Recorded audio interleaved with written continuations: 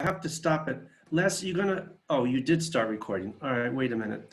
Let me just stop the live, stop the record. I didn't see the record.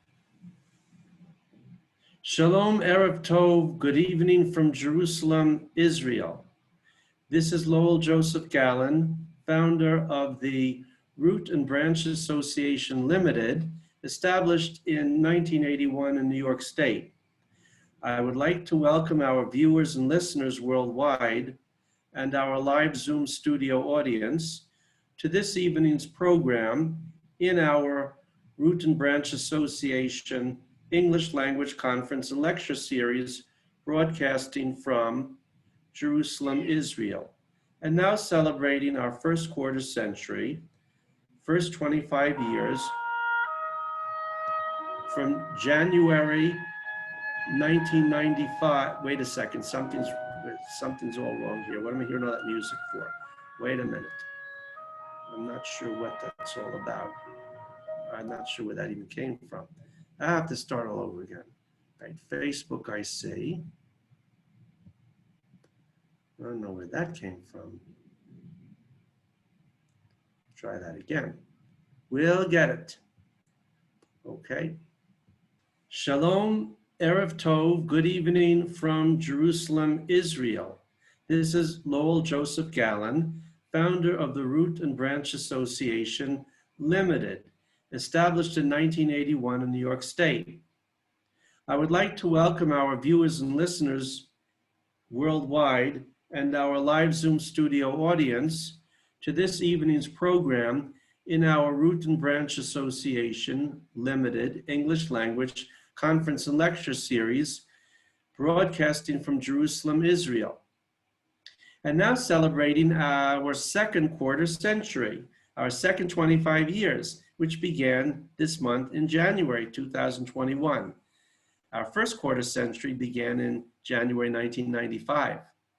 Today is Wednesday, January 13th, 2021 in the Gregorian calendar, and it is Rosh Chodesh Shvat, the first day of the new Israelite Hebrew month of Shvat, 5781, in the Israelite Hebrew calendar.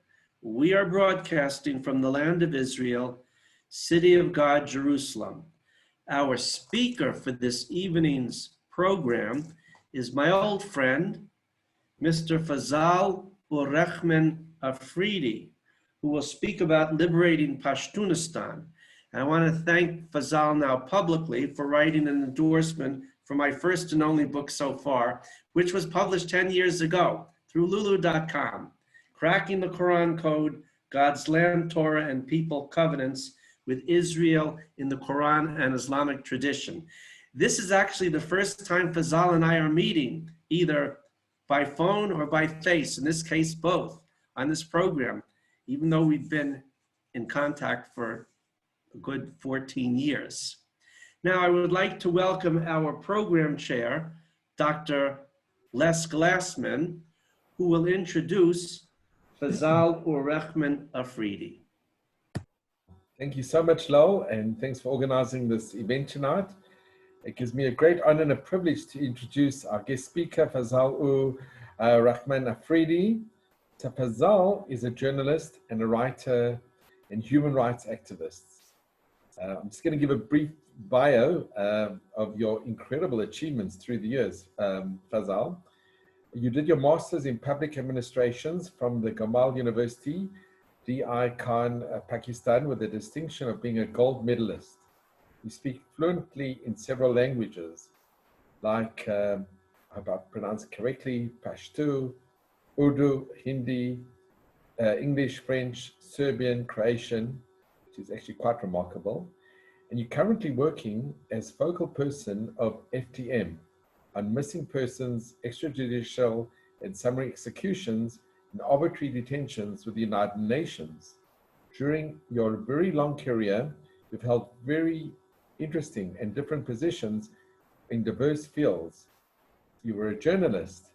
You were a former columnist for the Frontier Post, a leading English daily published from Peshawar, Lahore, and Qatar, a former member of the editorial board of the, I pronounce this correct, the Al d'Exil, a magazine which was published in Paris, France, a former member of the visiting faculty of Management Science of International Islamic University in Islamabad in Pakistan.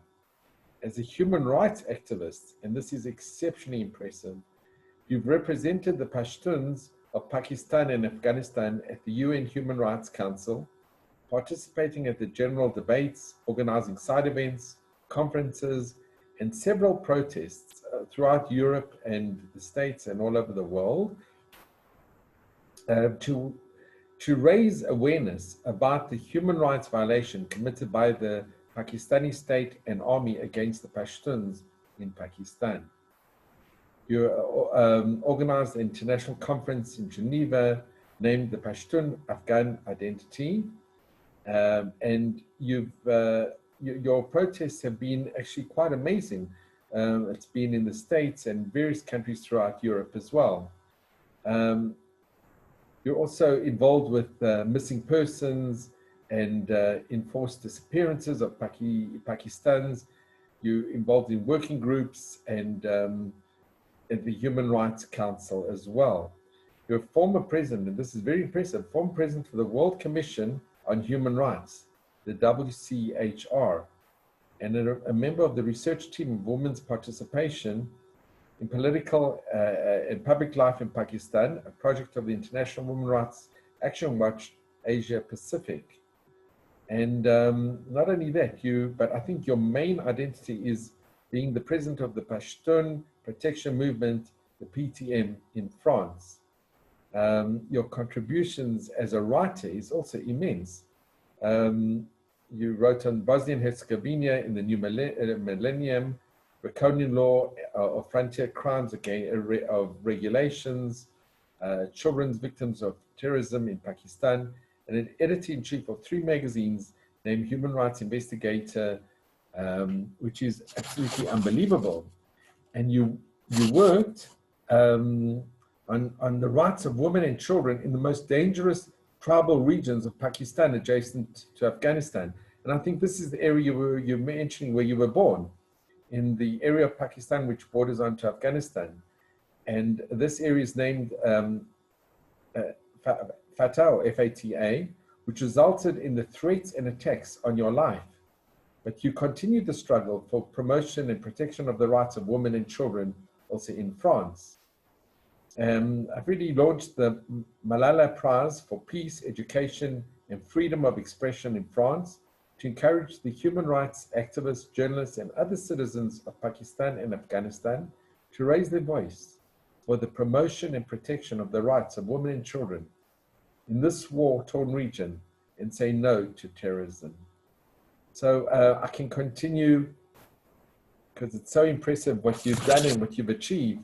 But we are here this evening to hear your presentation, and it's wonderful to have somebody who, and it's been really difficult because I think your life has been threatened many times, but you've stood up for human rights and for the Pashtuns, and we are extremely grateful to you. Fazal, it is a great honor and a privilege to have you here tonight, and we look so forward to your presentation. So without any further ado, our guest speaker, we are so honored and privileged to have this evening. Thank you. Thank you very much for inviting me to this August forum, Root and Branch series. It's really an honor to be at your program. Thank you very much.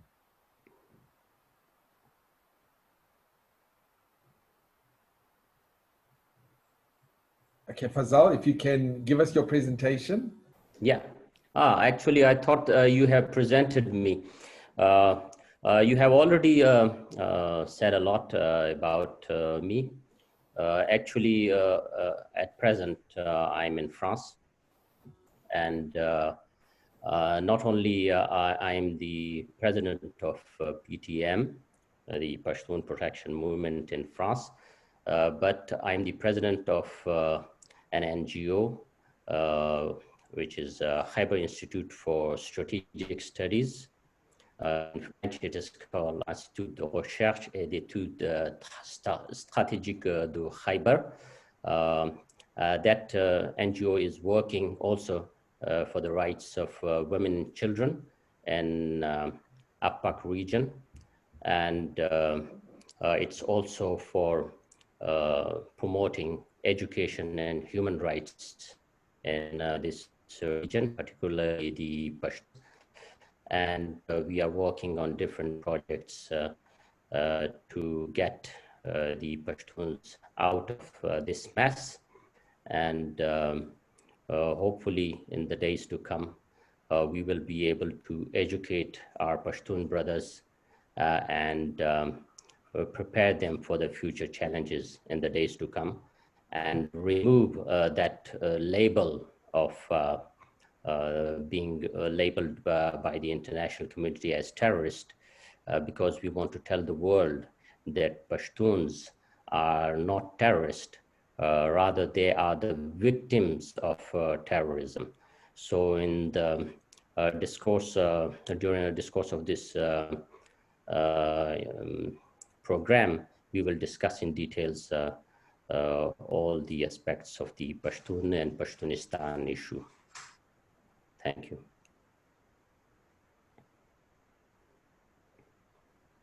Okay.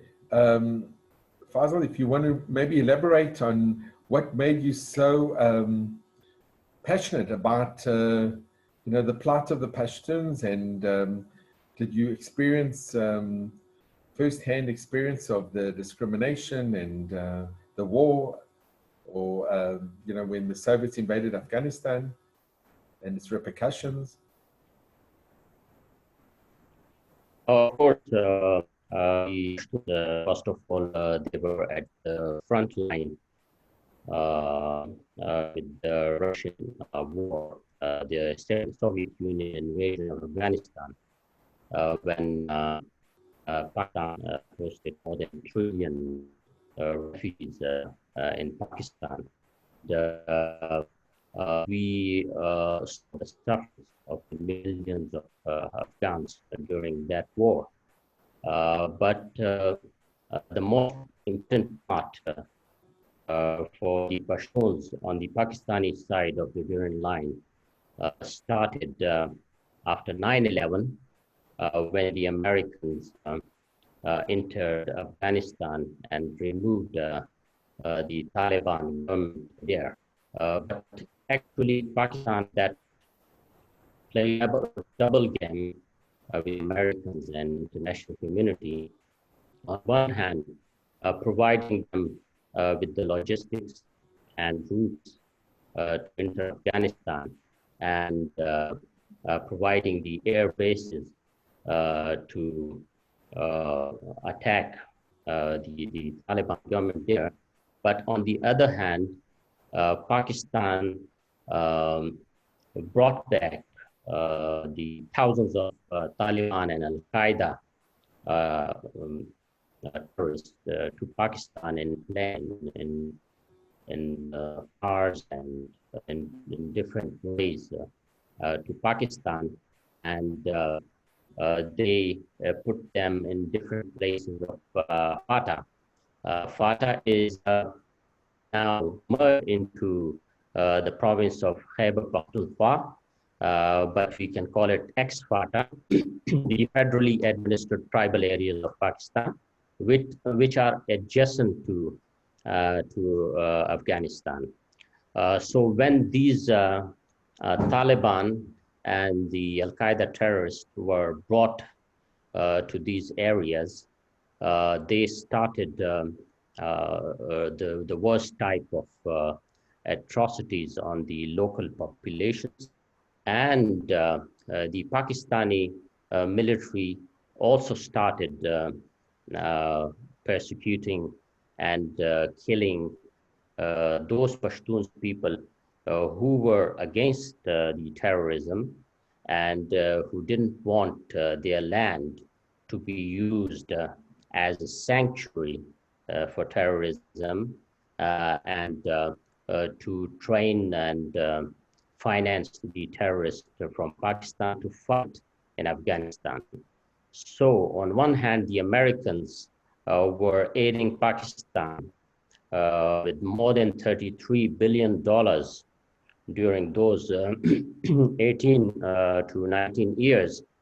And the Pakistan was training the Taliban and other terrorists to attack with the same money the American soldiers in Afghanistan. It will look in irony to the people that how come a state can play a double game with a superpower, and it's still going on. So during those times, as I have told you, that the Pakistani military used the F-16 jets, the gunship helicopters, and artillery against its own civilian people. Rather than killing the Taliban and Al-Qaeda, they killed innocent civilians, innocent Pashtuns, to convince the international community that they are fighting a war for them. They were getting, because they were getting money for that so-called war on terrorism. And I would like to tell you that during those operations, not a single Al-Qaeda terrorist was killed by the Pakistani military. And not a single Taliban prominent leader was killed. About 87 terrorists who were killed in the tribal areas, they were killed by the American drones, not by the Pakistani forces. Now I come what they did to the tribal areas. About 75,000 innocent Pashtuns were killed during the last 18 and 19 years of this so-called war on terrorism. And about 30 to 32,000 Pashtuns were forcibly disappeared by Pakistani military. More than 200,000 houses were destroyed by the Pakistani army during those operations. And I would like to tell you a very interesting thing, that the F-16s that Pakistan gets from the United States, they cannot use it against India, but they can use it against its own people. So how can an army kill its own people with F-16, just like an enemy? So besides that, our complete infrastructure in the tribal areas in the Khyber Pakhtunkhwa was destroyed by the Pakistani military. Our markets were destroyed. Our other roads and other infrastructure, the schools, more than 4,000 schools were destroyed mutually by Taliban and the Pakistani military. And now the remaining schools and colleges are occupied by the Pakistani military. They use it as checkposts, and they live there. So we Pashtuns saw these atrocities directly, and me also, as I've been working as human rights activist. And working as human rights activist and journalist, you have two options: either to self-censor yourself, or if you speak, you will be either forcibly disappeared or killed. So the same happened to me and my family. My house was destroyed by both Pakistani military and the Taliban, and which forced me to leave my region. And in the area like that, working particularly for the rights of women is also very dangerous. So that was also one of the main cause of the anger of both the Taliban and the Pakistani military establishment. Before the emergence of the PTM, Pashtun Protection Movement, when we used to tell the world that the ISI is actually behind the training and financing of the terrorism and training of the Taliban, the people used to laugh at me and my friends. But now, with the emergence of this movement and the evidence that the activists of the PTM have gathered, and that evidence that we have submitted to different UN working groups under special procedures, that has really alerted the international community that under this so-called war on terror, actually the Pashtuns were stereotyped as terrorists, but actually they were the victims. And really the Pakistani army has been involved in gross human rights violation, war crimes and crimes against humanity. Are the PTM main important work is to document all these atrocities. That's very important, because we Pashtuns are very weak. Because until the arrival of this movement, the Pashtuns were afraid of the Pakistani army, that if they come to the media or international organizations that their relatives have been disappeared, then they will be threatened. And of course they were threatened, and they will also be declared terrorist and killed, because the Pakistani military and the Pakistani state and the international community has bracketed the Pashtuns into a category that is even less than the animals.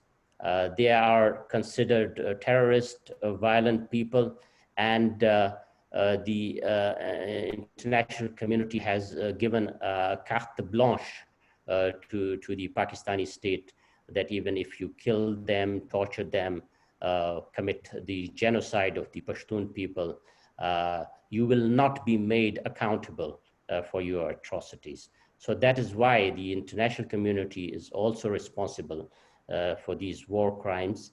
But now, with this awareness, this political awareness, this peaceful resistance of the Pashtun people, we have up to some extent informed the international community, convinced the international community that Pashtuns are the victims and they need your help. And up till now, they are listening to us. Not a particular action has been taken. Several letters have been sent by the United Nations to the Pakistani authorities, but no action has been taken. But we hope with the passage of time and with the collection of evidence, not only we will submit it to the United Nations, we are already submitting the cases of enforced disappearances to the United Nations. We will submit it to the International Court of Justice also when we have further evidence. So this is all the background of what happened to Pashtun and what happened to me.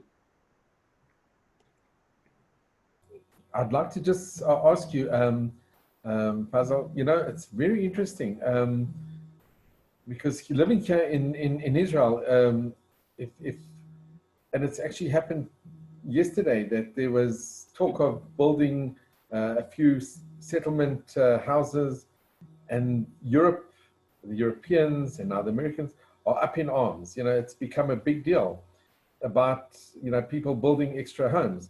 But here you're talking about with the Pashtuns, thousands, literally maybe hundreds of thousands of people disappearing or dying, and yet the world has kept silent. You know, there's such an injustice here that it's like the world has closed their eyes and they don't really care. Why is it that in one part of the world focuses, but like in Pakistan with the Pashtuns, if you ask the general person anywhere really, outside maybe Pakistan or Afghanistan and India, very few people even know who the Pashtuns are, to be honest with you. and they've suffered so much. And what you've been, so coming firsthand experience, it's not in the world media. We don't see it on BBC and CNN and on the world news broadcast. And it's like this is kept below the radar. Why is it? It's really a very good question, and the answer is very difficult. Actually, what we can call it a propaganda. There has been a propaganda by these imperialist powers, first against the Pashtuns, who are also considered to be a race in some ways connected to Jews who have a Hebrew origin. So maybe that's the reason that they have given a permission to the Pakistani and other regional powers to kill them. You will be astonished to know that at the UN Human Rights Council, there are so many resolutions against Israel, but there is not a single resolution against Iran, which is committing gross human rights violations. Pakistan, as I have mentioned, what they have done to the Pashtun people, not only Pashtun people, but you will be astonished to know, right from the inception of Pakistan, the Baloch are demanding their right to self-determination, and they want to be liberated from Pakistani state, and they are being met at the same treatment just like Pashtuns, but nobody is listening to them. So of course the crimes committed by the Muslim countries in different areas of the world, and the same way the other countries, the Western countries, they are nothing compared. Israel is living with Arabs, and hope with the recent establishment of diplomatic relations with the UAE, and hopefully in the near future with the Saudi Arabia, I think things will change. But up till now, there is a huge funding for the propaganda, both against Pashtuns and Israelis. And I hope for the passage of time and these changes that are occurring in the Middle East, hopefully things will change, because actually these important countries in the Gulf and this Organization of Islamic Conference is using the leverage at the United Nations to propagate against both of us. Okay, I think I'm going to take this opportunity to ask, I guess, Lowell and David, if you have any comments or questions.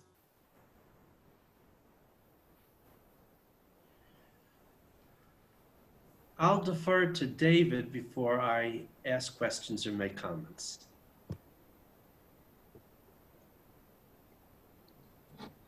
I could ask a lot, but honestly, I don't quite know enough about what you're talking about to even ask intelligent questions, and I'm interested in hearing more.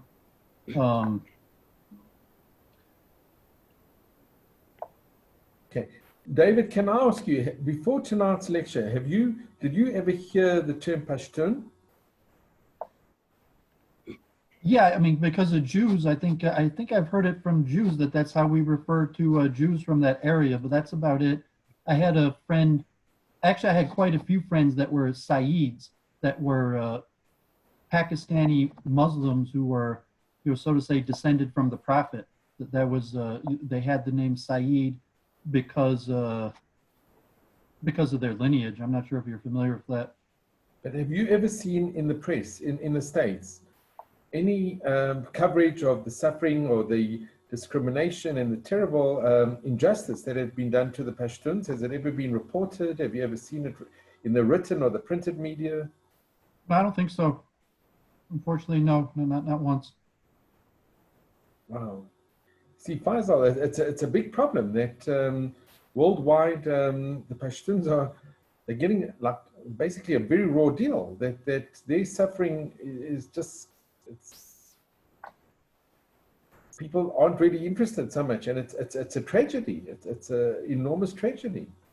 Well, Actually, yeah, actually, the Pashtuns are normally known as Afghans, but to Afghanistan we call the millet because in Afghans we include the Tajik, Uzbek, and Hazaras also. Pashtuns are one of them, you call them. So they are normally known as Afghan. In India, they are known as Thans, and they live in Afghanistan. They are a majority in Afghanistan and a minority in Pakistan. In Pakistan, in the 20 million Pakistani population, the Pashtuns are about 20%. The census, I think, not credible in Pakistan, the Pakistani census. But I think there are more than 50 million only in Pakistan. And in Afghanistan, there are more than 15 to 20 million. So around 80 million Pashtuns are living all around the world, especially in the Gulf states, and now in the West and United States also. There are a lot of Pashtuns. So they are not known, but they are known as Afghans to the international community. right. Now, I want to add something here. Let me make sure I'm on 100% volume. Right. Fazal, worldwide, the total number of Pashtun would be about 50 million.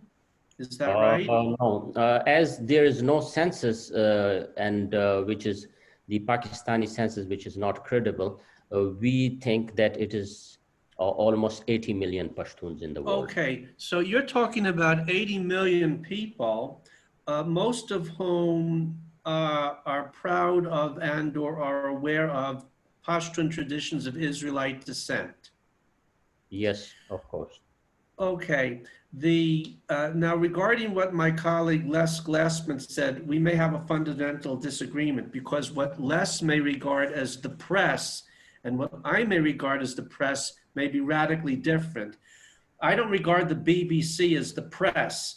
The BBC is, for me, on the same level as CNN in the United States. I wouldn't even call them mainstream media. I just call them corporate fascist mouthpieces.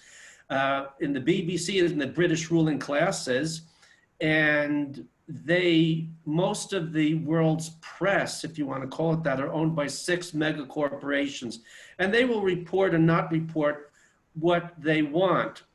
The fact is, there's been a tremendous, if you expand the definition of the press, I don't even want to call it the alternative media, any more than I'd talk about alternative medicine.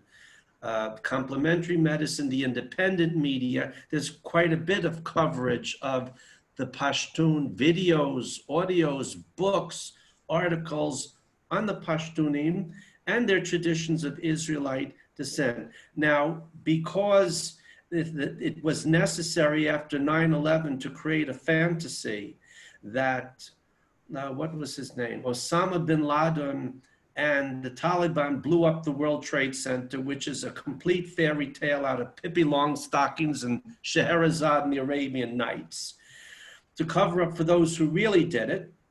So it's been useful for the powers that be in the Anglo-American oil and banking establishment, which we've discussed this. It's in my book. Sheikh Palazzi wrote about 70 years. Have used the Wahhabi worldwide networks as their stormtroopers worldwide, which come in, whether it's Hamas in Gaza, which is the Palestinian branch of the International Muslim Brotherhood, which is really the Wahhabi murderhood, or Boko Haram in Nigeria, or groups that have hundreds of different names, but they're all Wahhabi in theology in Saudi Arabian, Kuwaiti, and Gulf state, which I would put in parentheses, Bedouin tribal crime family fiefdoms and funding. Now, supposedly there's been some revelation in the last few years, and Mohammed bin Salman, under President Trump's tutelage, or actually after the Las Vegas massacre, which was a Saudi hit, was, listen, I give you two choices. You're going to stop this or you're not going to exist anymore. Supposedly there's been a renaissance, and we have these new friends from Saudi Arabia, Kuwait, and the Gulf states, and we have delegations coming and going. I would be much more convinced by that if I knew that the funding that they use their recycled petrodollars for, with the blessings and support of American and English oil companies, and this goes back to starting after World War II, if I knew that was shut off and the attacks were stopping worldwide, I would take it more seriously. So I take it with a big grain of salt. Now, as you and I both know, from the 1950s on, the Wahhabis were used to attempt to infiltrate the Muslim republics on the border of the Soviet Union. Kazakhstan, Uzbekistan, Tajikistan, Turkmenistan, and Kyrgyzstan. That wasn't very successful. The Soviets simply exterminated them, which is the way one should deal with Wahhabis. Then they've gone to work worldwide, wherever it's necessary to have chaos and carnage, just contracted out to our networks. Also, as you and I both know, the public face of Islam in Europe, there's a total disconnect. Most Muslims in the United States and Canada are Sunnis or Shiites. A minor fraction are actually Wahhabis. But the public face of Islam, the community centers, the mosques, are 99.9% funded by Saudi Arabia, Kuwait, and the Gulf states, and with the blessing and support of their partners in crime in the United States, England, and they're quite happy about that. So they don't want to talk about the Pashtunim. They also have a problem that we both know that for the Arabs, the symbols of military valor are the Pathans, who have defeated all foreign enemies, the British, the Russians, nobody can defeat them. And so for the Arabs in particular, and Muslims in general, they have a problem that these people we idealize as a supreme example of Muslim warriors are Israelites. Some of them don't have a problem with that. The Al-Ahmadiyya don't have a problem with that. So in terms of why hasn't one seen references to the Pashtuni in the press, Les and I have radically different definitions of what constitutes legitimate media. And for me, the BBC is not legitimate media in any form. I don't take seriously a word they say. They don't like Jews, they don't like Israel, and they will reflect the party line of the House of Saxe-Coburg, Gotha, euphemistically known as the House of Windsor, and the British ruling classes. So the fact that something isn't reported in what someone might regard as media is like the old saying, if a tree falls in the forest and no one is there to hear it, does it make any noise? Well, it's very simple for the establishment media is we can make you not make any noise. Fortunately, with the rise of the free internet, which there are tremendous efforts to control and dismantle unsuccessfully, there is a lot of noise. And I'm quite happy with our small lecture series here in Jerusalem to contribute to that and give a voice and a platform to Pashtunim worldwide, especially because of my own eschatological beliefs that we are in the process of the reunification of the 12 tribes of Jacob, Israel, and the primary branches. It's exactly, I mean, ditto here, that's exactly why the primary I'm involved branches also. Of the lost tribes are in the east, the Pashtun, and in my opinion, in the west, the Anglo-Celts. So that's all I have to say about that. Of course, you have mentioned important facts. Actually, it's this petrodollars money that is used against us, both the Punjabis, the Pakistani army. Actually, they are the predecessors of the British imperial power. and these are the Britishers who want to take revenge from the Pashtuns of their defeats, humiliating defeats in Afghanistan. So I would like to tell them that leave us now, leave us in peace now. We don't want wars. And one thing is important, that Pashtuns areas have been kept underdeveloped. They have been deprived of necessary infrastructure to keep the people there poor. And you know, poverty, when there is poverty in an area, it's very easy for these powers to use ordinary people as fodder of war. So in that way, these Wahhabists with their money from Saudi Arabia, UAE, and Kuwait and Qatar, and with the active support of these imperialist powers, they used, on the one hand, the Pashtuns as Talibans, and on the other hand, they killed the liberal, secular, and democratic people in these areas. So it's true that this money from the Arab countries has been used, but I express my hope that with the establishment of a relationship between Arab countries and Israel, I hope this thing will change for the Pashtuns also.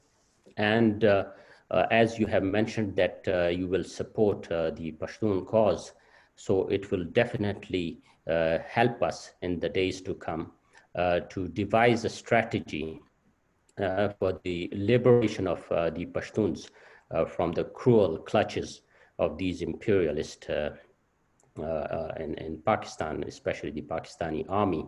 And especially we need education, we need the political education especially, and even strategic education from our friends, so that we devise our plans, our projects for the years to come, so that we are not in the same bracket as in the last 200 and 300 years, and we remain the slaves of these new the predecessors of the British imperialists, like Punjabis, and now we are afraid that maybe they will sell out Pashtuns to Chinese. That will be the worst thing to happen. So I think it's very important that you help us in devising new strategies for Pashtuns to get out of this mess. Maybe we could talk about two separate issues, and they're intertwined. And one, you know, obviously we're being broadcast in Jerusalem, and we're Jews, and you're very familiar with Judaism. And then there's the international situation. So, my rabbi here in Metro Detroit is, I mean, I studied under a few years ago, not recently. He was Bukharian. He speaks Afghani Farsi, although he was brought up, you know, I guess Bukhari changed borders from, Afghanistan to Kazakhstan or whatever it is. And most of the Jews bailed.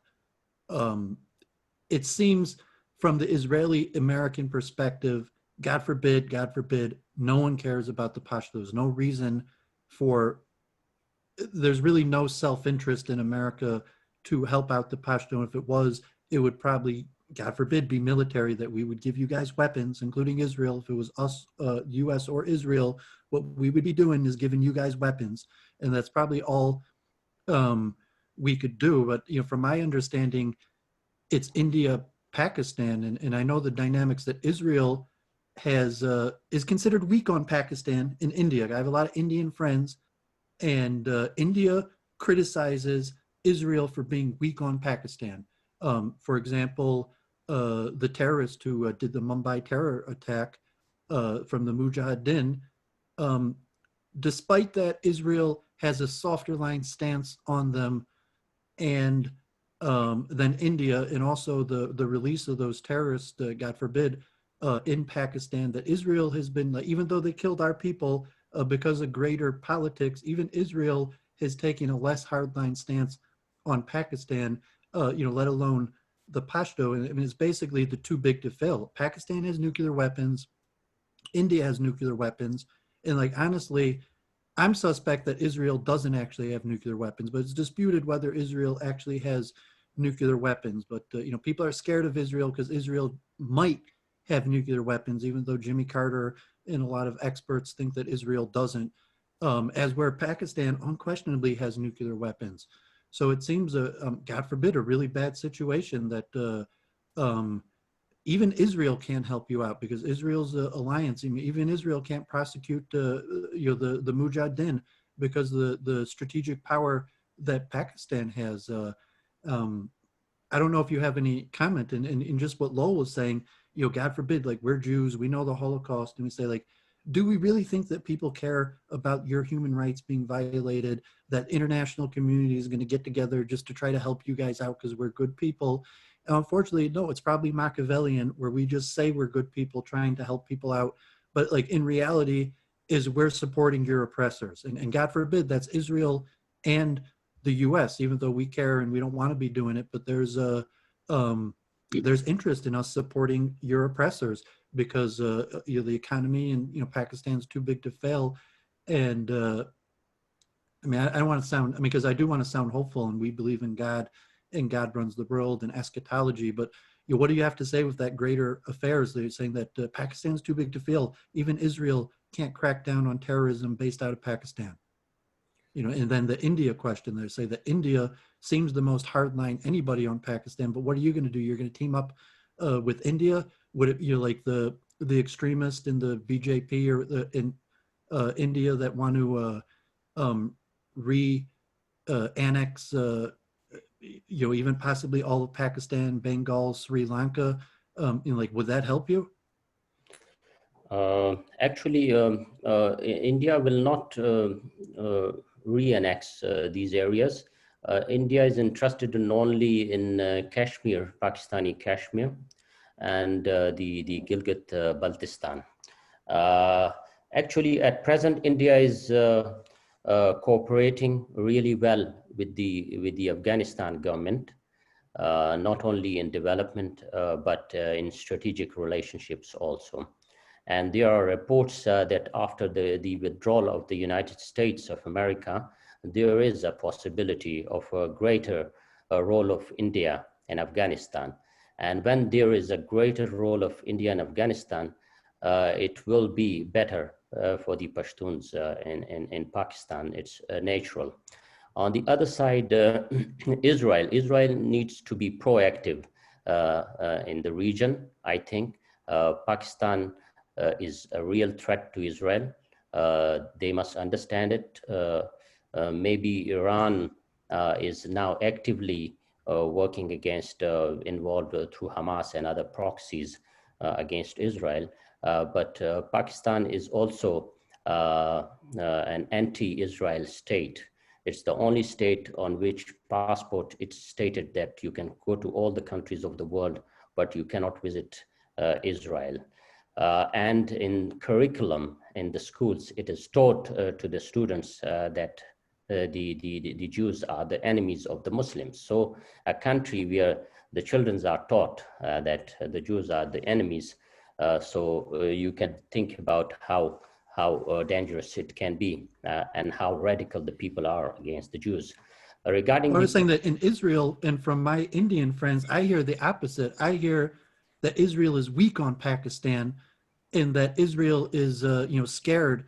Like I was mentioning, the Mujahideen, that India wants to put those people as terrorists. The Pakistan released the terrorists who organized the Mumbai terror attack, and Israel did nothing. And India, like I know from my Indian friends, they're like, "How come you guys are so weak on Pakistan?"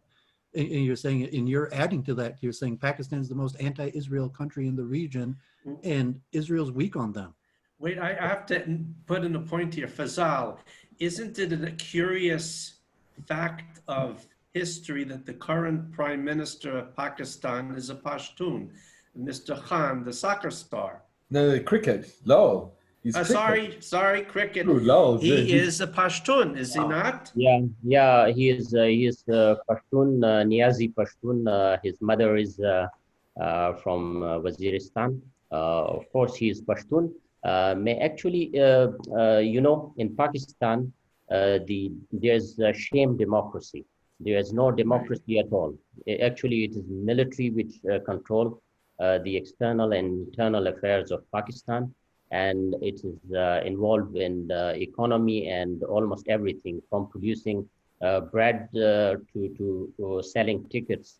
So the whole thing is under the control of the military. The Prime Minister is the puppet, and the Parliament of Pakistan is the rubber stamp of the Pakistani military. So actually, whoever is the Prime Minister, whether he is Pashtun or anything, it is the Punjabi-dominated military which control Pakistan. So he can do nothing in Pakistan. Well, why is Israel so weak on? Why is Israel considered so weak on Pakistan if Pakistan is such a threat to Israel? And it's just the distance that I mean, we just bombed Syria, and here you're saying like Pakistan has probably just as many problems or worse than Iran or Syria.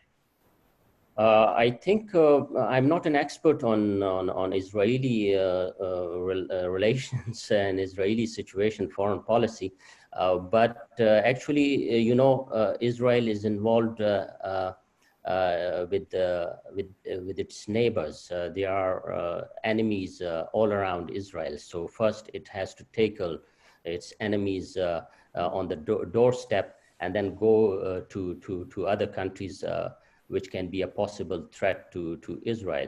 So maybe in the near future, I think Israel need to play an important role in Asia. And for that purpose, India can play an important role for Israel. And one of the most important thing is that Pashtuns, whether they are Taliban, whether they are radicals, whether they are liberals, they think that they are of Israeli origin, they are Hebrew, they have never spoken against Israel. You're saying tens of millions of them, or you're talking like a handful? You're saying there's tens of millions of Pashtuns that feel connected with Israel, or even that they might be Jewish descendants from... They will not be connecting themselves to Israel, but they think that they are of Israeli origin. That is another thing. You mean biblical origins? You don't mean Israel. You mean that they're descended from they're descended from, they are Hebrew origin, but due to these policies, when a child is taught that the Jews are the enemies of the Muslims, so naturally, under this Islamization of the Pashtuns, the things have changed, but they have to be changed.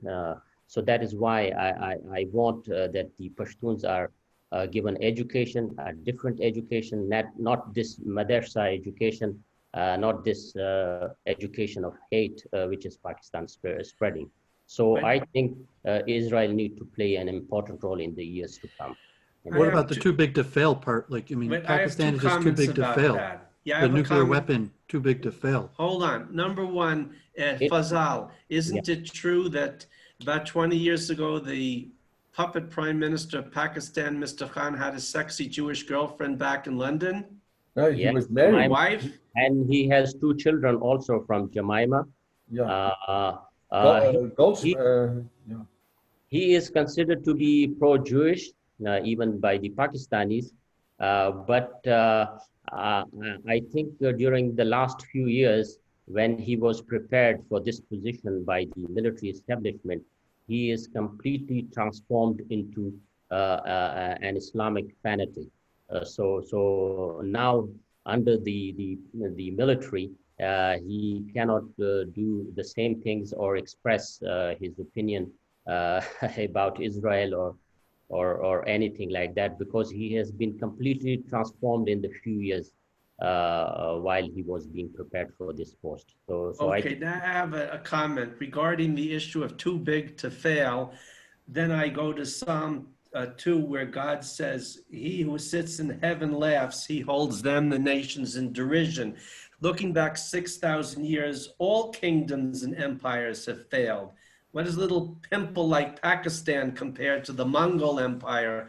The Roman Empire lasted 1,000 years, and then another 1,000 years, the Byzantine Empire, the But how Holy many Roman millions or Empire. billions of people will have to die for them to fall? God forbid, like, you know, even the fall of the Roman or, you know, American Empire, if that happened, or the Pakistan fall of the German Empire, the Russian Empire, it in the cost tens of in millions, the world hundreds of out millions of there lives. right And I now, was saying that Pakistan falls, it's likely that tens, hundreds of millions of people might die. I mean, right? That if there well, was war that might between be India true. and Pakistan, that It there could be says, casualties like the world's never seen. well, that might be true. It says in Zechariah chapter 13, verse 7, that in the final redemption, which may be underway, up to 2/3 of the world's population may die. And that remains to be seen in the next few weeks and months and years. Whatever will be que sera, sera. But in terms of states too big to fail, that's like saying banks too big to fail. This is the pretension of the fallen sons of men on Wall Street and Fleet Street. I am a god, I'm a man god like Pharaoh, and my company is too big to fail, and I'm too big to be prosecuted. I can do what I want.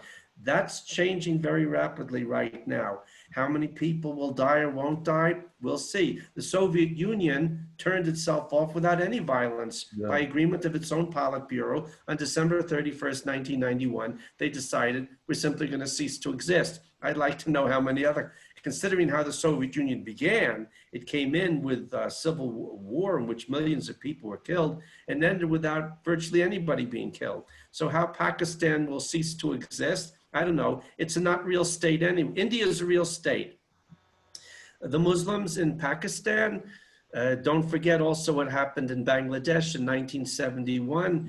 The Pakistani Muslims were engaged in mass murder and genocide until India sent in an Indian army under the command of a Jewish general, General Jacobs, and liberated Bangladesh from real mass murder and genocide. It meant to do with Hillary Clinton, why India was so opposed to Hillary Clinton, because under Nixon, the Pakistan-India wars, that the US chose Pakistan every single one of those wars, and Hillary Clinton was thought to have been on the side of Pakistan over India, and that's why Indians came out in such strong support for Trump, as opposed to Biden, who didn't have a connection. You mentioned like Israel and there being Jews and the US. Do people think that like Pakistan is like a Israeli puppet or some American puppet? And you mentioned this, like, you know, Pakistan's so anti-Semitic, but at the same time there's Jews all over the place, and you know, like I said, the Mujahideen, that Israel has a hard time cracking down, like declaring the Mujahideen, even though the Mujahideen is a terrorist organization that attacks Jews and Israelis, that Israel, there's something about that Israel doesn't want to crack down. Is the Mujahideen considered an enemy also to Pashtos, or is it neutral, where there's Pashtos that are members of I think I'm saying the Mujahideen, the ones who did the terrorist attack in India that destroyed the synagogue?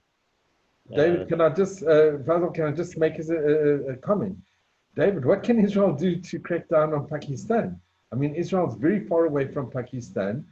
They don't want to ignite more enemies. You know, Pakistan's, thank God, hasn't, you know, they haven't sent actively. It just seems weird that India is like, Israel, take our side. Like, you know, they're your enemies. You know, I know this because I know a ton of Indians, and saying like, they think we're dumb. You know, Pakistan's our enemy, and here we are telling India like, no, it's okay. The Pakistanis aren't that bad. The Mujahideen isn't that bad.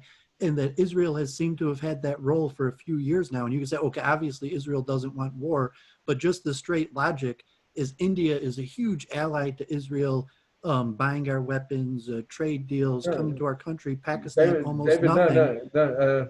With Daniel Pearl, you know, that was a major thing. Every Israeli is exceptionally upset what happened to Daniel Pearl, because he admitted in the video that he was Jewish, and look how he was killed. So I haven't met one Israeli here that thinks that Pakistan are like, that it's okay. The only It was on Goswami on Indian TV, called Netanyahu weak in front of hundreds of millions of Indian people on TV. He interviewed Netanyahu and he said, "Why are you such a wimp on Pakistan? They killed your own people. How come you're defending the Mujahideen?"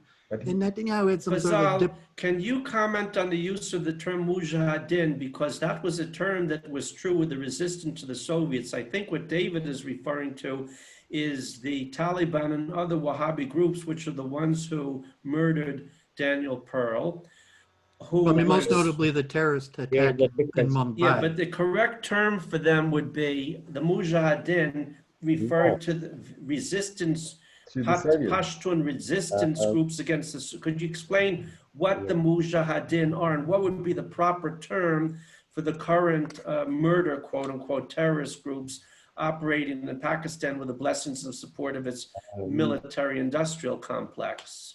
Mujahideen were actually resisting the Soviet Union in Afghanistan, and the present situation is different. These are terrorist groups from Pakistan, the Punjabi terrorist groups like Lashkar-e-Taiba, Lashkar-e-Jangvi, Sipah-e-Sahaba, which are being used, and they were used in Bombay attack and against synagogue attack in India.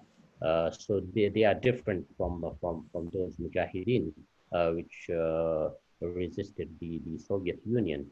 The question of David is valid regarding Pakistan because we have a very bad experience and genocide that happened in 1971 in Bangladesh.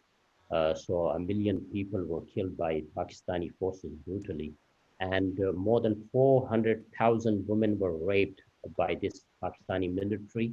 And then it was the United States of America which stopped India to attack the West Pakistan. Otherwise, Pakistan would not have existed. Maybe there are some interest. Maybe it's the terror-producing factory, the terrorists which are rented to international powers in Afghanistan and other areas of the world. That is another question. Till that time, they will need Pakistan. But actually, Pakistan has all the ingredients of the failed state. It has a very big army. Its economy cannot sustain this army. It's running the country like a Sicilian mafia. And I don't think there is any future of Pakistan in the days to come. And what is important that we need a controlled chaos.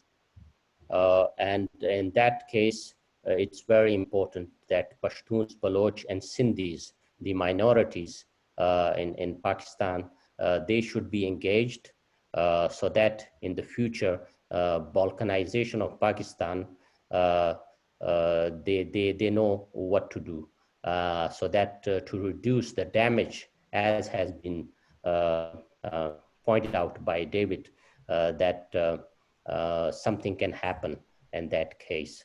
Especially the nuclear weapons and Pakistani army, it's more than 600,000 force. And in case they think that Pakistan is going to break up, there is a possibility that a genocide on the level of Bangladesh can happen here in Pakistan also. So for that, I think international community should play an important role that doesn't happen in the days to come. It seems interesting. I mean, Israel, India, some of the first, Armenia, the ethnic countries after World War II to declare nationalism, that there was possibly a push like all peoples are going to have nationhood. But you've seen Israel, the moving away from the two-state solution, India moving towards Hindu nationalism, although you have Kurdistan that might happen, and even Kurdistan may not happen, that the push at a certain period where the Pashtuns and the Kurds and the Palestinians and all these various people are going to get their own nation, where now there's extreme pushback against that. Israel doesn't want to cede territory to let a separate Palestinian nation happen. India passed a similar nation state law.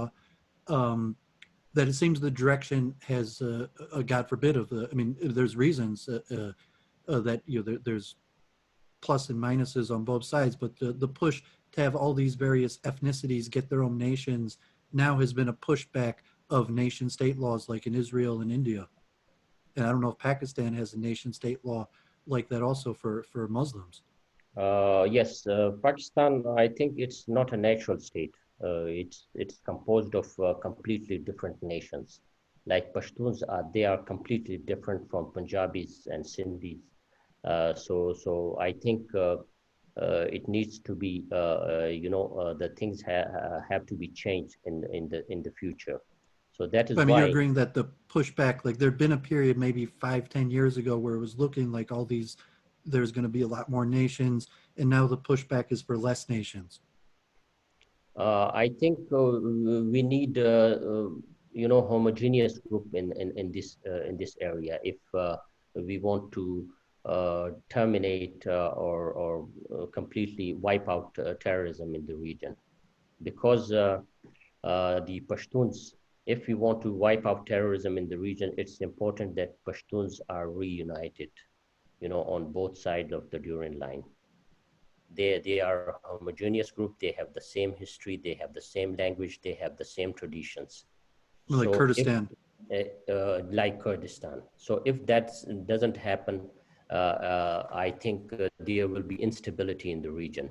So the world, especially the United States and Israel, should think about it and engage with the people. So there is no engagement at the moment. It's only India which is doing certain things, but it's not enough.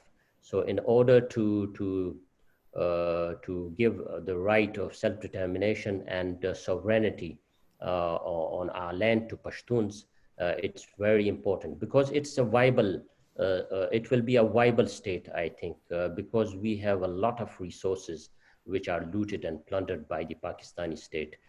We have electricity, which is, the Khyber Pakhtunkhwa in Pakistan, where Pashtuns live. Where the silicon is that China, or is it also in the Pashtun area where the silicon reserves are? They are normally in Balochistan. This Rikodek, where there is a gold and other mineral resources actually now in Balochistan, but we have huge reserves of uranium, chromites, gold, and even oil and gas in Pakhtunkhwa areas. So they are enough for a state to be a viable state. And plus we have a lot of Pashtuns in army and other services who are capable to run a state. So I think there is possibility. We need just an engagement. And I think there is some kind of cooperation between Israel and India, but there is nothing up till now directly between Pashtuns and Israel. That needs to be realized. Fazal, would you please comment on, for our viewers and listeners, what the Durrani line is? They wouldn't know what that is, most of them, the history there, and also on how the Pashtun expatriate community in Europe is treated by the host countries. You're in France, for example. How did the Germans, the French, and the English treat their Pashtun refugee communities? I think as far as the French are concerned, they are really good. They are treating the Pashtuns and Afghans really very well, just like other communities and refugees, despite the fact that most of the Pashtuns and Afghans who have suffered the war in their regions, and they are a little bit violent also here. But I think there is a tolerance, a lot of tolerance here in France, and even Germany. They are very, very good Pashtun community there, and they are playing very important role in their economy also. So I don't think there is any problem in the West, or especially in the Germany and the France. But actually, after the arrival of millions of refugees from Syria, the situation is a little bit difficult even for these countries also, because besides these Syrians and the other migrants from the Gulf, there are a lot of Afghans and Pashtuns are also coming, and acceptance is a little bit difficult in these countries. But with the passage of time, that will change also. But normally there is no problem. Regarding the Duran line, actually the British wanted to have a buffer zone. First, the buffer zone was Afghanistan between Soviet Union and the British. Then after the in 1889, they created another buffer zone by dividing the Pashtuns through this Duran line, which we now see that this border between Pakistan and Afghanistan is not a border. We don't accept it. The Pashtuns don't accept it. Actually, it is the same Duran line which was carved out by Durand Mortimer in 1889, which divided the Pashtun people into two. Because on the one side, there are more than 15 to 20 million Pashtuns in Afghanistan, and more than 40 to 50 million Pashtuns in Pakistan, Pakistani side of the Duran line. So that is why we want to tell the international community that peace and stability cannot come in this region until these Pashtuns on both sides of the Duran line, they are united into one state. So there are difference of opinion on even among the Afghans and Pashtuns also, something that they should establish a greater Afghanistan, something that Pashtunistan should be established, a new state should be established in this region. So for me, both are the same. Even if Pashtunistan is established, it will have a very cordial and brotherly relationship with Afghanistan, and maybe in the future, a confederation with Afghanistan, or even if it is a greater Afghanistan. But in case of greater Afghanistan, the Tajik, Uzbek, and Hazara communities which are living in Afghanistan, they will have fears that the Pashtuns will become more dominant, and they will be marginalized in Afghanistan. So for me, it's the same thing, but it's in the future that international community should work out with the Pashtun Afghans what will be a viable solution to the Pashtuns and this Duran line.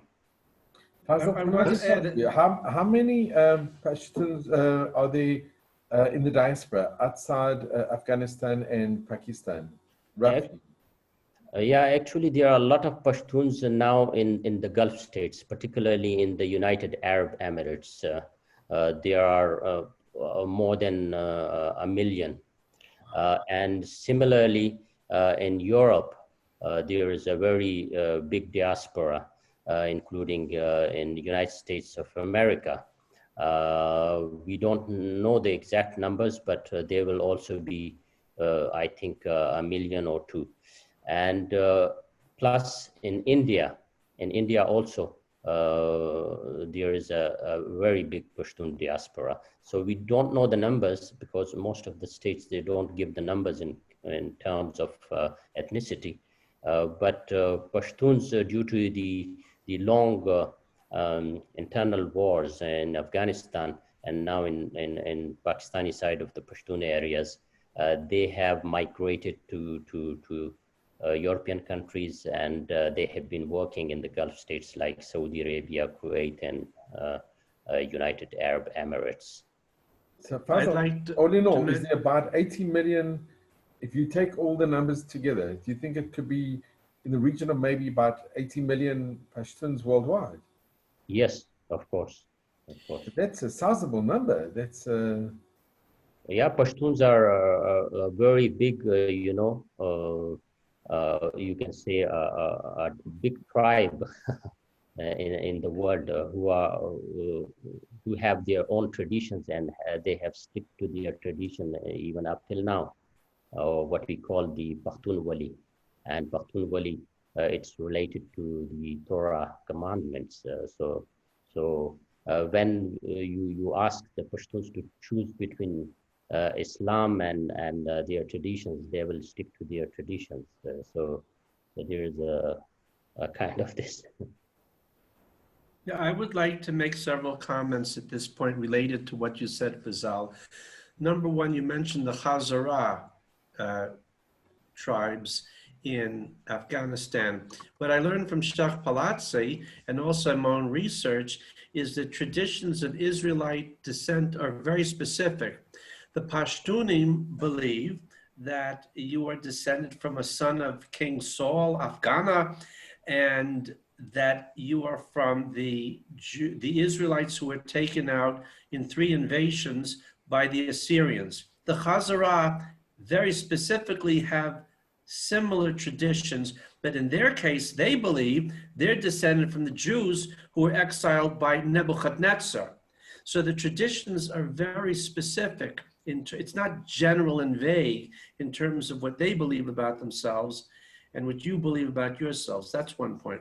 The second is, which is a question, is I would like to know if those hideous madrasot, the so-called schools in northern Pakistan, where the Wahhabis from Saudi Arabia took orphan Pashtun boys and trained them to be suicide murderers, if they still exist. And if the Saudi Arabians, the Kuwaitis, and the Gulf states are still funding them to produce soldiers for those Wahhabi armies. Yes, regarding these madrasa, there are about 40,000 Thank you so much. Wow. These are hideous places. They provide food and water.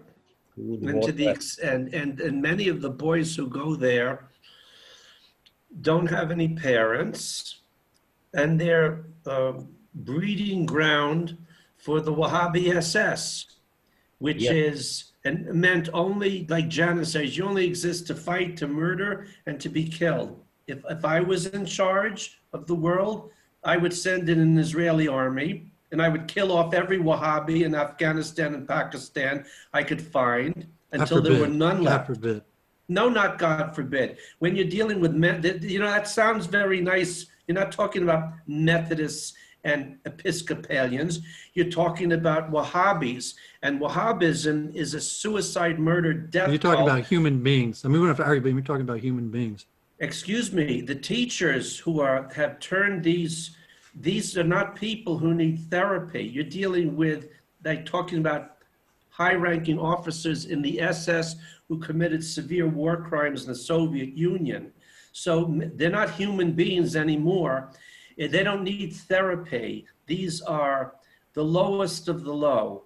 And what they did was they used the chaos that was caused after the Pashtun Mujahideen you referred to, drove out at terrible cost to themselves, the Soviets, and they were armed, thanks to Charlie Wilson and a friend in the CIA at the time, with weapons to allow them to shoot down those Hind helicopters that were blowing away their villages.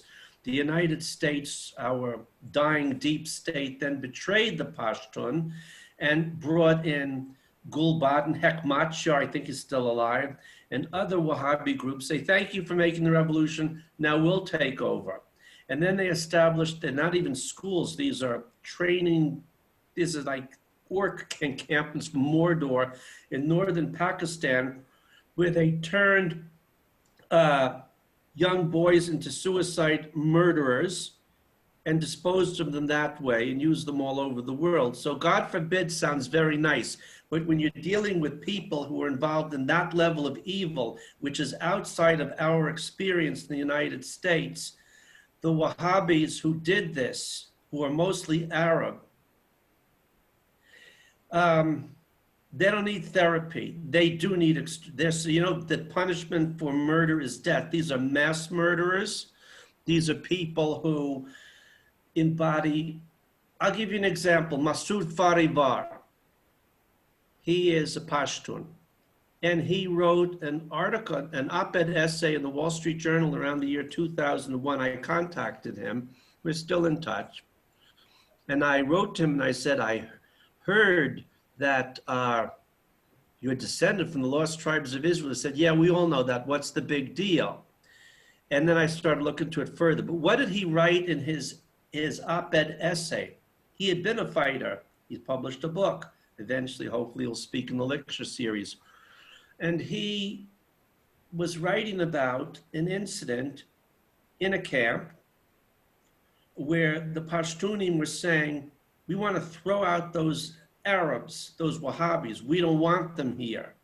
We don't want them involved in our resistance to the Soviet Union. We don't like Wahhabis. And they were right. And then the Wahhabis got scared because basically these murderers are cowards. These are cowardly people like Sheikh Al-Qaradawi, who was the Wahhabi father of suicide bombings in Qatar. He's an Egyptian. These people are like Agag from the Amalekites. They don't need any God forbids. They're outside the realm of American experience. These are people who are the personification of absolute evil. And with them, you Well, I'm not here to argue with Lowell, but like, I'll say a God forbid. You can say all the God forbid you want. God forbid you'd ever encounter people like these. These people who cut your heads off in a video and do it in slow motion, send the video to your mother. They don't need any God forbids. So they're so far out of the realm of experience of us that we didn't know how to relate to that. You're dealing with, and that's why I asked, I've heard all these nice words about, oh, we have relations with Saudi Arabia and with Qatar and with the United Arab Emirates, where they use slave labor from India and the Bangladesh to build their Sodom and Gomorrah over their skyscrapers. And I'm sorry, the situation is much better in Tel Aviv. I want to know who's still funding if the Gulf states, Kuwait and Saudi Arabia, and it wasn't Saudi up until 1926, it was just Arabia. They were a little ragtag tribe in Najd in northwest Arabia that could barely make pita bread. Yet they're still funding these operations, because the first thing I would like to see is the American Army or NATO go in and liberate them. But again, they're on the Pakistani side of the border. So I'll be quite happy when Pakistan no longer exists, because it's not a nation, it's not even a state, it's just like Fazal said, a big crime syndicate. It exists only to murder, steal, rape, destroy. And I don't have to tell you, maybe people don't know, that in Pakistan, a court, if you want to call it that, in a village may decide that a lady who didn't behave the way they wanted to can be gang raped as a punishment. Now, according to the Torah, the punishment for rape is death. So you're dealing with a very savage, primitive, repulsive society where how many Christian girls are raped? And, well, the kids are Muslims or forced to convert to Islam. Now, I'm told that if you go back, way, way back, the Islam of the Muslims in what is now Pakistan, pre-Wahhabization, wasn't like it is now. It was much more moderate. But again, God bless the Saudis and their death cult. They went in and radicalized or satanized the society. Could you say something about that, Fazal? Yes, of course. There are, as I mentioned earlier, about 40,000 madrasas in these areas. They are usually run by different organizations like Jamiyat-e-Ulama Islam and these Hafiz Saeed Ahmad, a non-terrorist, and some other organization, Lashkar-e-Tayyiba, Lashkar-e-Jangvi. And all these organizations are supported by the Pakistani military. They are financed and supported because actually the money used to come to the Pakistani state and the military, and then it was distributed to these madrasas, because you cannot run these madrasas without money. So it was the state of Pakistan which was sponsoring these madrasa and of course sponsoring terrorism in the region. Now it seems that on the state level, that assistance from the Arab countries, especially the Saudi Arabia and UAE, I don't think it's at that level, but still there are good the religious leaders who are in the good books of Saudi Arabia, whom are used by Saudi Arabia as proxies against Iran in Pakistan also, because there are 20% Shias in Pakistan also. And recently you would have heard of the killing of 11 Hazaras by the ISIS, Daesh, in Balochistan. So that's the case. It seems to me that Iran and Saudi Arabia are also involved in a proxy war in Pakistan also. So definitely there is assistance, secret assistance coming from these countries, but actually that is not on that level as before. But there are private Arabs who are personally donating a lot to these madrasa even now. And Pakistan wants to achieve its strategic objectives in Afghanistan. So it needs even now these madrasas to be used against Afghanistan, because they are still producing these terrorists, training them to send them to Afghanistan.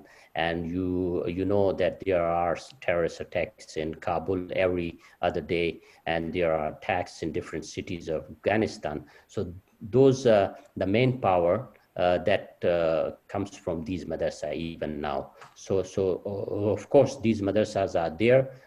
They are providing training, and not only the orphanage. The orphans that are recruited in those madrasas.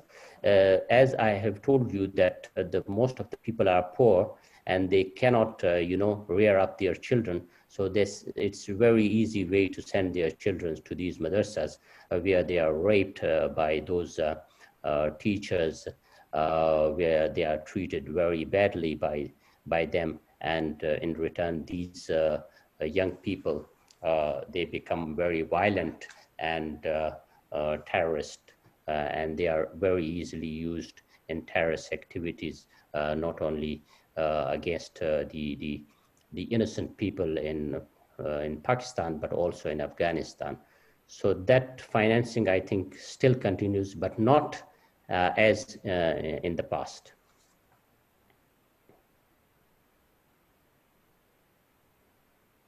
Right. I would like to see, if I could, I know that that there are various groups in Israel which have connections with Pashtun groups, and there have been several cases where the Afghan government has authorized kids to come to Israel for heart surgery, and these little contacts are slowly increasing over the years. They're not well publicized, but they exist.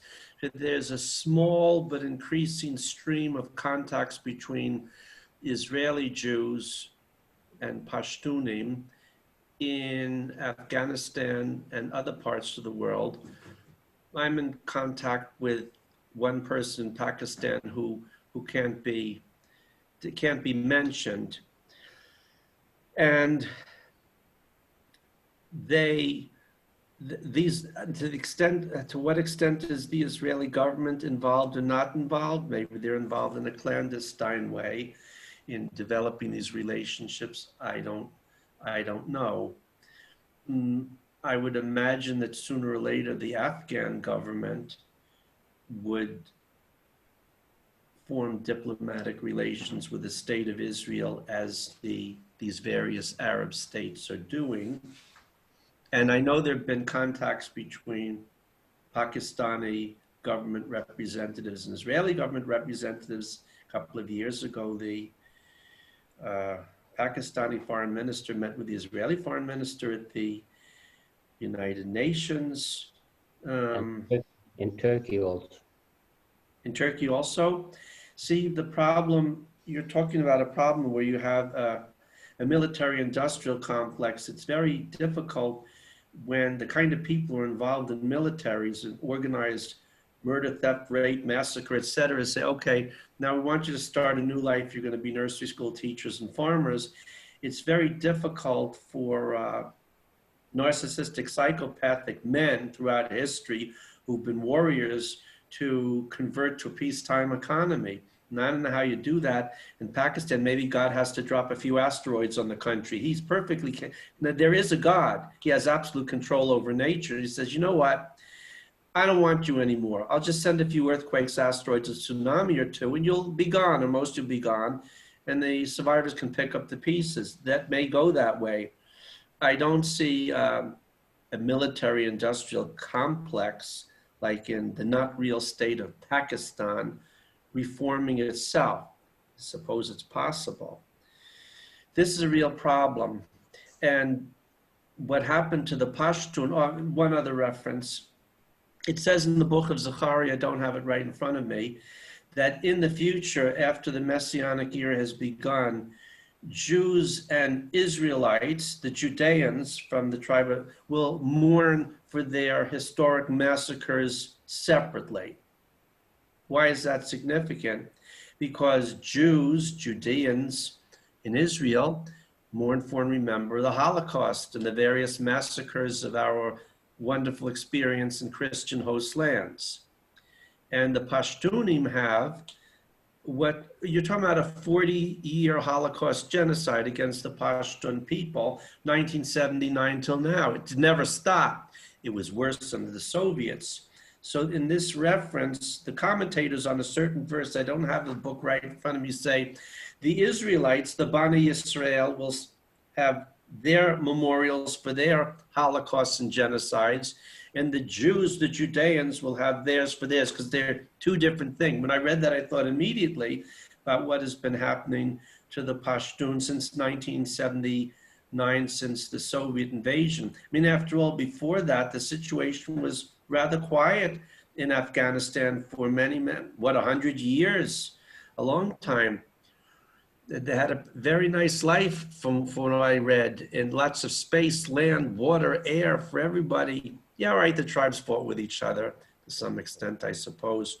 And then that was destroyed in the Soviet invasion. Maybe God cursed the Soviet Union because what you did in 1979 is why you disintegrated and disappeared in 1991 for what you did to the Bnei Yisrael there. I would like to say, if anyone is asking my opinion here, Israel send to everything to Afghanistan, nurses, doctors, teachers, and two-way street. The Pashtunim can come and train the IDF commandos how to run up and down the mountainsides and fight guerrilla wars. I would like to see every kind of cultural, economic, religious, every kind of relationship develop between Pashtunim. In fact, one person said, one Pashtun told me, when I look at the people in Tel Aviv, they look like us, or especially in the small villages of Judea and Samaria.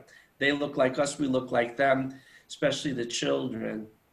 So this has been noted by people here. Said, gee, they look awfully familiar, just change the clothes a little bit, put some tzitzit on, and they wear their kippas, we wear our kippas, and kippot. There's so much room for back and forth. Also, in my opinion, it's just my opinion, that when the kingdom of Israel is reestablished, the fifth Israelite kingdom of Daniel's monarchy of Daniel's vision, chapter 2, verse 44, it doesn't mean 500 million people come to the land of Israel.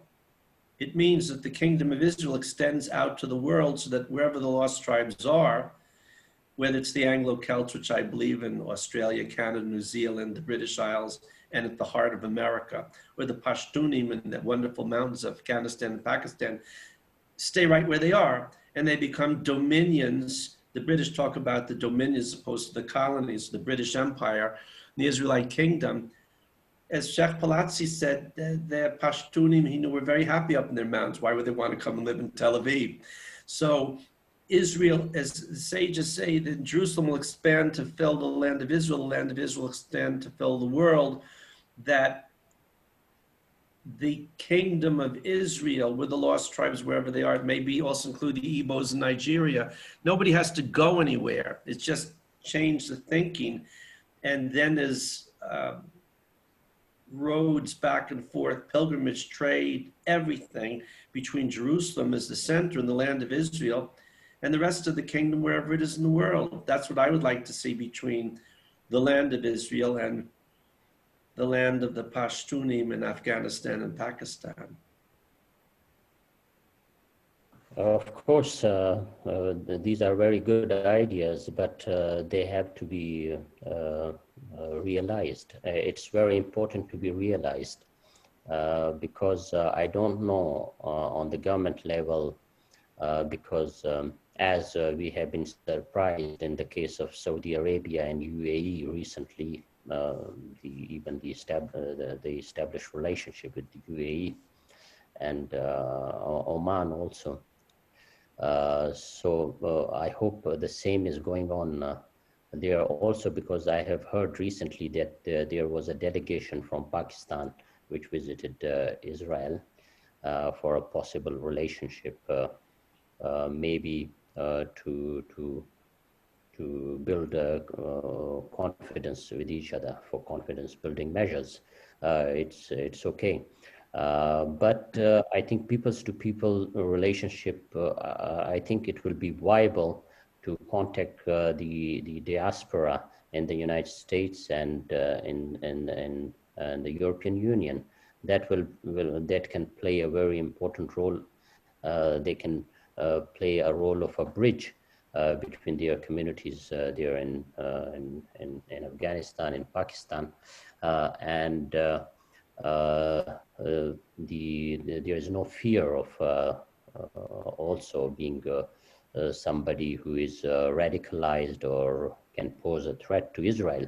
So I think it's important to start from the United States and the European countries, and then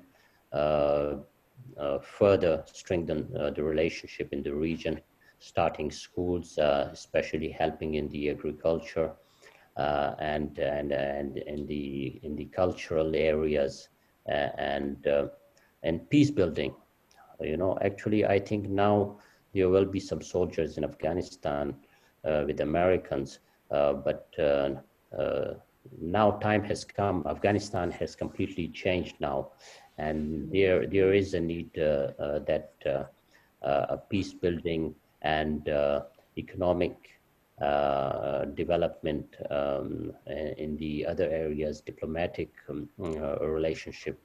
I think there is a need of a few people who can start establishing relationship with Israel, or can start building a narrative or opinion about Israel.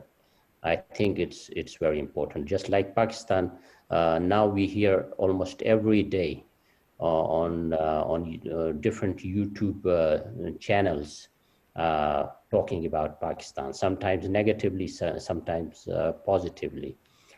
So even if there is a negative talk about Israel in Pakistani media, the people are going to understand what Israel is, and slowly and gradually then you can change the opinion with the passage of time. So the same needs to be needs to be done in Afghanistan also, so that the people know about Israel, what's happening, because Israel is completely, a country, a lonely country aside. There's no information about Israel. There's no information about its development. There's no information about its agricultural achievements, its achievements in the medical field, its achievement in the military field. I think it's a big power in the region now.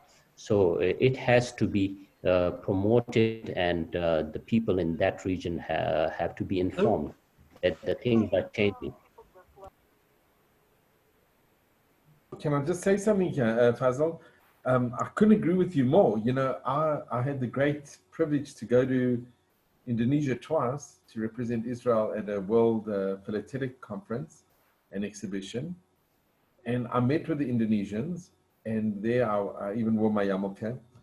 And when we spoke to each other, and it was amazing, the barriers actually dropped. When you have a face-to-face, interaction. I'll tell you something which is quite interesting. In South Africa in 2010, 10 years ago, well, now 11 years ago, there was a stamp exhibition, and the Indian commissioner and the Pakistani commissioner were there. And you could see the animosity between the two. They just weren't speaking, they weren't interacting. And I got them together, and I said, guys, I'm sure you both like cricket. And their faces lit up. And I said, there's Khan and there's Tendulkar. And they started speaking about cricket. And it's amazing, they became best friends. It was incredible. From not speaking to each other, from not interacting, they found a mutual, through sport, something that they both were very passionate about. And they found that they could relate to each other, even though, different religions and different cultures and whatever. So there you had the Pakistani and the Indian commissioners in Joburg in South Africa, from not wanting to even interact with each other, becoming best friends. And when I was in Indonesia, I was in Jakarta and in Bandung. My wife and I, we got on so well with the Indonesians, and not only the Indonesians, we got on so well with the Iranian commissioner. And I'm still very close to the Iranian commissioner. And from Bahrain and from Saudi Arabia, from all, and the Egyptian, especially the Egyptian and the Turkish. So when you have this interaction, the face-to-face, it really does make a difference. When you have these personal meetings, and people can ask you questions, and you interact on a one-on-one basis. So maybe what is not a bad idea is for the Pashtuni diaspora. They can play a tremendous role, because they are like the ambassadors for Pashtun throughout the world, and they can raise the flag, and they can say we want also our own national aspirations. We also want to have a state like everybody else. Why should we be excluded? We are 80 million people worldwide. We've got our own traditions. We've got our own country. We are people that many generations. We have our own language, everything. So their national aspirations, they've got ambassadors all over the world. So they should try and, unite or interact with people to explain why they need it and why they should be entitled, like everybody else is entitled to their own piece of land and their own state, like everybody else. Yes, of course, I agree totally with you, because the Israeli, especially the Jews all around the world, they are very lovely people. They are really friendly people. They know how to speak to convince you. I have a lot of friends here in France, so they are just like us. And especially with Pashtuns, you cannot differentiate between them, especially the Sephardi, the Sephardi Jews. So I think, and even I have a friend from United States, Richard Bankin, who visited us in Frankfurt, and we were there, and we slept in a small drawing room, on the, together 3-4 people, alongside, and he said, I felt like we are the same people. So interaction is very important. And then we visited the Holocaust museum there in Germany. So I think these interactions can play an important role. And without interaction, there is normally a fear between the communities, because on international level, there is so much propaganda against Israel. That they are considered to be very haughty. They are considered to be the people who are killing the Muslims, and so to stop this, it's very important that we interact with each other.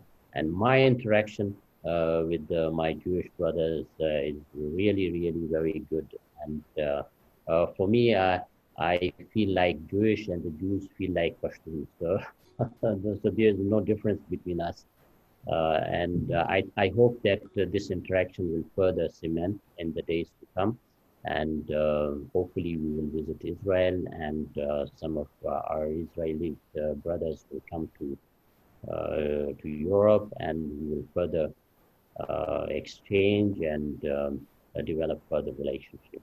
So just like Lowell Gallen has said that we want to promote now the cause of the Pashtuns, so the same, it will be a two-way process. We will promote the cause of Israel also here in the region. Wow, What's the thank you state so of education there? Are there universities, engineering? I mean, are people competent, like the electricity grid and civil engineering? And like, Lowell was saying, if education transfers, are there universities where international people are coming and training engineers or basic medicine, various things? Of course, there is a big possibility there, because especially in the agriculture, even both the areas are agricultural areas, and the economy is mostly agricultural. So Israel has, developed the technology in agricultural field. I think it's at the top in the world. And we have problems with water scarcity also in our region.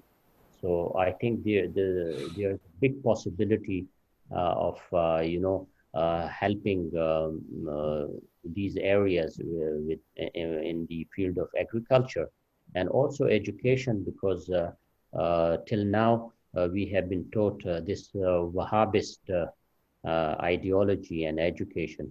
So it needs to be removed, and for that we need the experts from Israel to help us to remove this hate and this warlike education. Yeah, it's very important,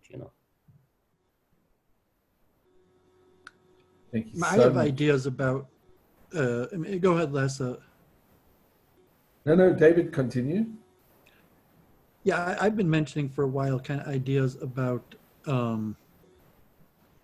like a United States, I mean, of like, that all of these nations in the area would, they'd have to combine in some sort of,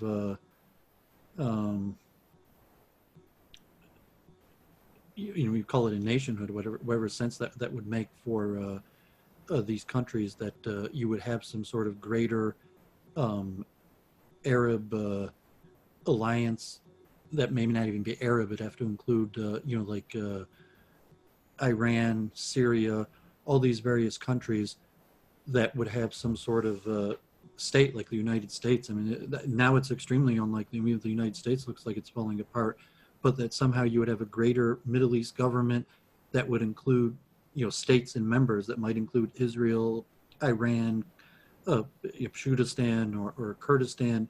Now it looks extremely unlikely that there's going to be some sort of greater government that would include the whole Middle East. But I remember thinking about it years ago that seemed, the most likely or even only way to, create some sort of unity in the area.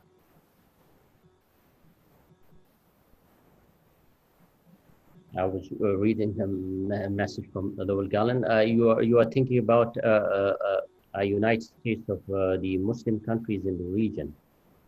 I mean, it'd probably have to be Islam that would be what would hold it together also, but, like to have a secular, some sort of, conglomerate seems very unlikely. I don't think because all the Arab countries are just like tribal societies. They are tribes actually, so it's not possible for one tribe in the UAE to be with another tribe in Saudi Arabia or Kuwait or Qatar. And now even this Islamic alliance, the Organization of Islamic Conference, it's also breaking up, because Pakistan, Iran, and Turkey, and even Malaysia. They are going to part ways with this organization. And even there are a lot of differences between Arabs also. So I think the situation, even this economic situation in these countries doesn't allow it to become, United States of the Muslim countries. So I don't think that there is a possibility of, United States of Islam or something like that. of Yeah, those. it's the only real scenario I could see moving forward, even messianic in ideas somewhat that would seem to I don't know, solve or give at least direction for a solution that what do you see? I mean, you could see little small gains and different things that might help, but it seems relatively pretty. I'm going to say hopeless, but I mean, it doesn't look good, unfortunately. God forbid. No, no, David, can I say something here? If you think after the Shoah, after the Holocaust, where a third of the Jewish people were decimated, destroyed, and then yet only a couple years later, we're looking at back from 45, 3 years later, really, you have the reestablishment of the State of Israel, when everybody thought that there was no hope, this was the end, and then so there's always hope, and we always have to have this hope. So, Fazal, I don't know. I just think there's tremendous hope for the Pashtuns. It might look difficult now, David, and you're right. Things are not so simple, and it's not a simple situation. But my goodness, you've got people all over the world. You've got a good cause. You've got truth on your side. That's the bottom line. You've got the truth on your side, and I think it's very bright, the future. It comes in waves. You get nationalism that goes up and down, but you're a people. You're a people with a very proud tradition and history. So I just see things can only get better. That's my personal view. Yes, of course. For the Pashtuns, I think it's very important because they have been persecuted and oppressed for the last 40 years. And after this destruction and oppression, they are now rising. And there is a hope, up till now, they were really disappointed from the international community and even with their own, traditionalist political elites, they were having no faith in their own leaders also.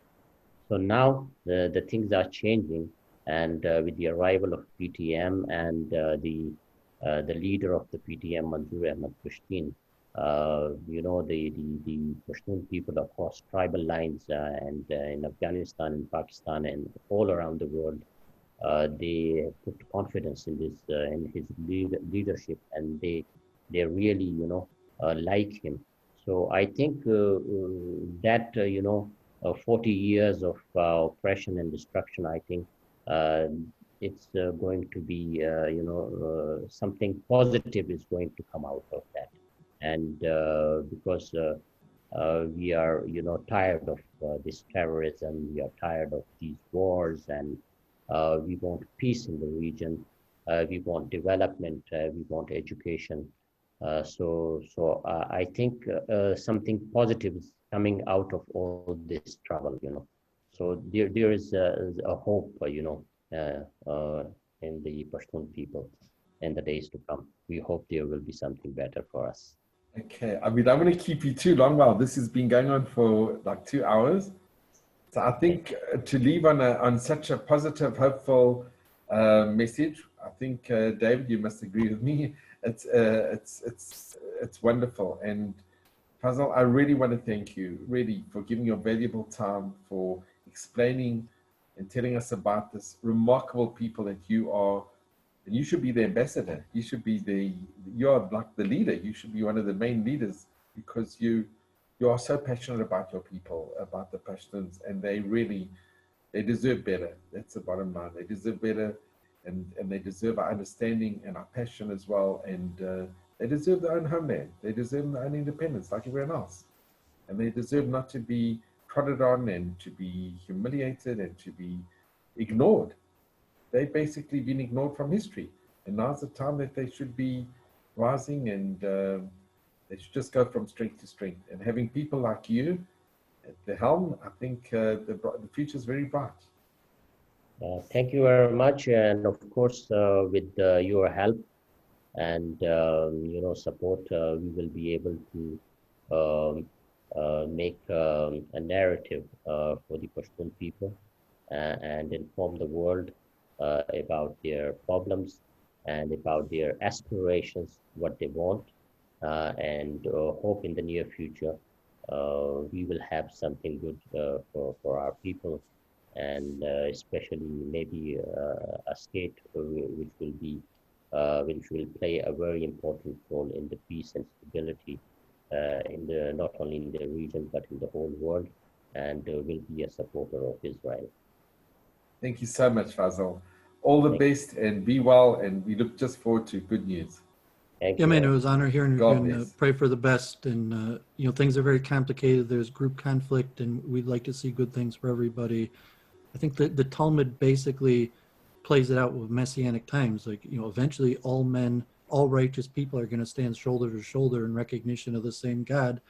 And whether they'll be like we were talking, like God forbid, through Armageddon and war and the destruction of the majority of humanity, or through humanity of our own accord, recognizing God and getting along with each other. So, that's the hope, that we'll do it out of our own accord. And, all people of all nations in the whole world will unite in unity. Thank you very much. It's an honor. Thank you. Thank you, and it's been a great honor and a privilege to have you. Thank you very Thank much, Fazal. you. Bye. God bless. Bye-bye.